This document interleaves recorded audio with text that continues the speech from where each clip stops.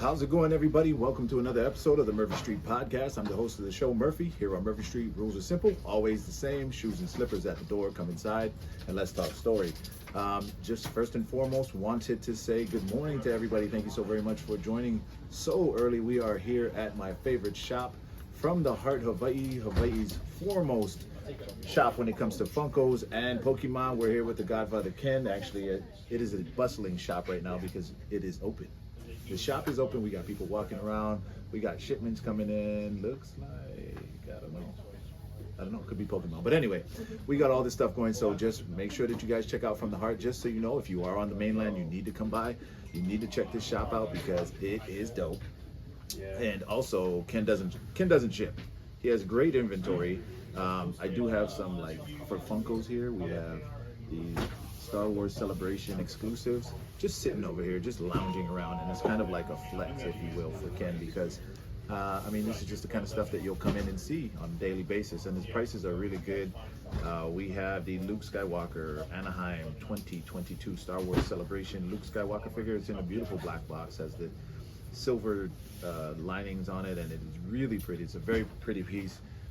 And it's $37, you know, and I'm just saying, it's hard to find one of these in person, and here it is, in case you guys are on TikTok. And in case you guys didn't know, I do go a little more live from TikTok than I do on Instagram nowadays, so please make sure, if you're following me on Instagram, to go ahead and follow me on TikTok as well, because we will start to do a lot more giveaways for the Murphy Street Podcast. One of those giveaways will actually be a Hawaii Star Wars Collectors Club t-shirt. Because we do have our t-shirts coming up. We are figuring out the details of it, and then once we get them going, we will have some printed. I will be giving away at least one on my show. As soon as I get them out, I will definitely be wearing it. You'll see it. You guys saw the older one before. How's it going, everybody, on TikTok? But yes, today we are going to be talking about the Bad Batch trailer. Now, if you guys haven't seen it, it came out just a few days ago. It's really, for me personally, when a trailer acts more like one of those recaps at the beginning of the show, you know, the one that says skip recap, you know, where you just normally skip the recap. But when a trailer acts more as a recap to a show or to something than it does as I'm looking forward and I'm discovering more about what's coming out in the future shows, man, at that point, I feel like we're in trouble. So it acted way more as a recap for me than it did as a what's coming up. Not sure why I forgot so much about last season, but it all came flooding back, especially one of the most powerful animated shows I can recall watching, and that was the episode about Crosshairs. I don't know if you guys saw that one, but we really saw a change, a switch, a conversion point for Crosshairs, and that was big for me because if you guys check out the poll, there should be a poll on here somewhere, and it asks you what is your favorite Bad Batch person. For me, my favorite was Crosshairs, right? And so when I saw that episode and I finally saw him start to, I don't know, his biggest problem obviously is that he was succumbing to the chip, and the rest of the Bad Batch for some reason was able to fight it. Crosshairs could not fight it, and he ended up kind of, now we're split. We now have two different things. There's a giant divide in the Bad Batch, right? So so that's why when I saw that episode where Crosshairs is finally starting to listen to himself versus the programming of the chip, I was super happy, super stoked about that.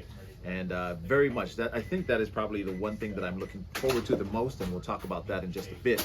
I forgot Omega got captured.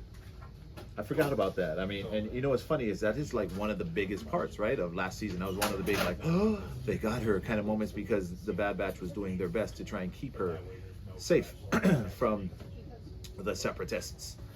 And when they finally got her, I remember, I think she went with Lamasu or something like that, so they tried to make her feel comfortable. We're still trying to figure out exactly what it is that they want with Omega specifically, right? As an audience, we're just like, what is going on? Why do you guys want her so badly? But that, I'm assuming, will remain to be seen. It'll become a little clearer to us as the season goes on. But what am I looking forward to with the most? What I'm looking forward to the most, once again, is Crosshairs and his character arc, because I feel like, first of all, it has been exclaimed that this is the finale season of the Bad Batch. So this is the last of it. This is all we're gonna get, and after this, there's gonna be nothing more. Or who knows? Maybe they'll pop up, and maybe and maybe that might be a better thing for them to pop up in the way they did, the way we met them in season 7 of the Clone Wars, because. I don't know. This Bad Batch standalone, not my favorite. Wasn't my favorite thing so far. Season 1 was like meh. Season 2 was like meh. But I do hope that it's swelling to a climax. Hopefully we can enjoy the crescendo just as much as we enjoyed the opening where we first met them. So for me, one of my biggest problems is looking towards the Wanda Sykes. Let's just talk about this, because this is my biggest gripe, I would say, with this show. Wanda Sykes. She was an okay comedian, and obviously a lot of comedians speak in high regard of her because they speak in high regard of each other all the time. I mean, she was okay. She had some funny moments. I don't know, maybe my favorite Wanda Sykes performance was Pootie Tang. But anyway, somehow she ends up in the Star Wars universe, and I will say, she has a great animated voice. Like, if she was to do a comedic character, I don't know, like a female Jar Jar Binks, I think she might be better as a female Jar Jar Binks. But they made her, first of all, Wanda Sykes' voice is not a younger voice. She always sounded older than she looks, and I think that was part of her niche, right? She sounded like this nagging old lady. But for some reason, they decided to animate Fee as a younger lady. I mean, luckily, she's still, of the African-American looking descent. But other than that, I don't know. It just doesn't do it for me. And here's the thing. Wanda Sykes, I guess, turning over a new leaf and trying to do a little more dramatic acting, and why in voice acting. Again, she has a great voice, a voice that I would say I would pay big money for if they used it right. But I can't say that this would be the one. Not for me. Not for me. I don't know. Well, tell me what you guys think. And maybe I should have put Feed in here in the poll and see if that she might be somebody's favorite character. And if she is, I'm sorry, but just for me, not doing it for me. The entire trailer, though, as always, when it comes to it, really, really interesting, really intriguing. Definitely had me like, okay, I think I'm ready for season 3 now, especially now that they're saying they're going to wrap it up here. We see all these loose ends. So let's talk about the major points we need to see. What's going to happen with Omega? Not only is the Bad Batch going to rescue her, which they probably will. They're the best at that. But let's be honest. Okay, one of the most dramatic parts of last season was the fact that Tech died, or Tech seemingly may have died. They could bring him back, you guys. I mean, crazier things have happened. I mean, Darth Maul's come back with spider legs, right? So crazier things have happened. So one, we got to figure out what and why. What are they going to do with Omega? Are the Bad Batch going to rescue her? And why did they want her so badly? So I do hope that they close up both of those questions. I do not leave us hanging with the why did they want Omega so badly question. That would really, really irritate me. That might be up there next to the why was Constable Zuvio on the first run of the Force Awakens figures for Black Series. Like, if you guys know anything about Constable Zuvio, he had one scene. Out of the entire sequel trilogy, he had one scene. It lasted about 5 seconds, and he got impaled by Kylo Ren's lightsaber. So I don't understand. I don't know why, but yeah, that was his only scene in the entire movie. So I hope that it doesn't come to that. I would love to hear and know exactly why they wanted Omega so badly.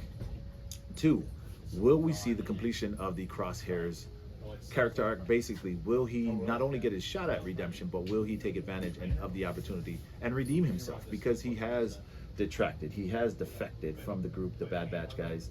And I will say this, that I definitely think that they will. I don't see why they wouldn't. It does feel like it's setting up to that. And so because of that, I do think we'll see that. So very much, let's see if we get to that.